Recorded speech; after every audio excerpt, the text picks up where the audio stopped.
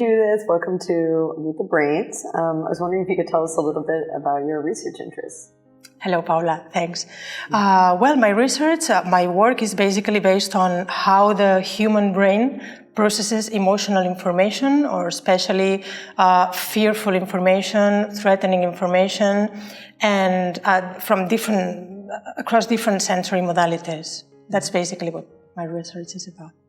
Excellent. And what methods do you use to study this? Well, normally I've used a number of methods, but we mainly use EEG, scalp EEG, intracranial EEG, also in epileptic patients who are implanted, functional magnetic resonance imaging, fMRI, and also some behavioral measures, or also to measure the emotional response, we use peripheral measures, for example, electrodermal response, pupillometry, number of different techniques, whatever we can use to respond to the different questions. Wonderful. And what inspires you to do this kind of work? Well, in general, I have to say that I get mainly my inspiration from my two supervisors that I had during my career. They have been, in some ways, role models to me in some ways. But my daily inspiration, I obtain it mainly from reading research that has been done by others. There are excellent researchers working in my field, and there's very interesting stuff out there.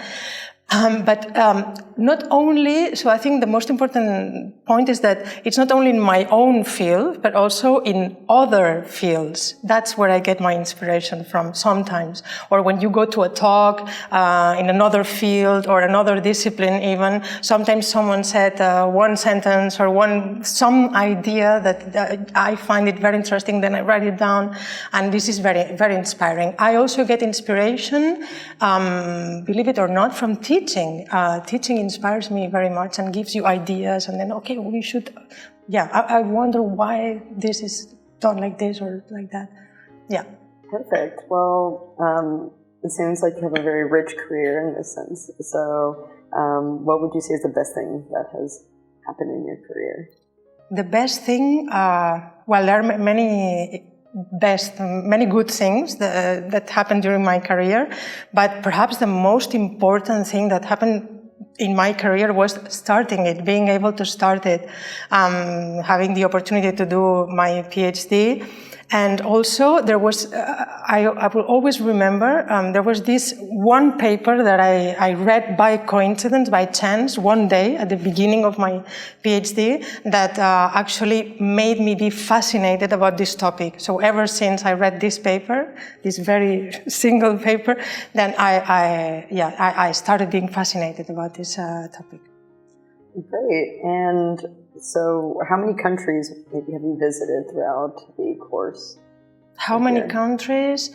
Well, I would say probably for many different reasons. You have to travel a lot, you visit other labs. I would say something like 9-10 countries. In some of the countries I spent slightly longer periods, and the country where I spent my longest period for a few years was in Switzerland. What would you say to your younger self when starting your research career? To my younger self, I would probably say, well, keep on doing what you're doing, insist, and probably I would tell my younger self, it's okay to fail, and it's okay to not know things sometimes, but you will fail many times, but it's okay to fail. I would say that to my younger self, yes. Excellent. Well, thank you so much for sharing your experience and your research.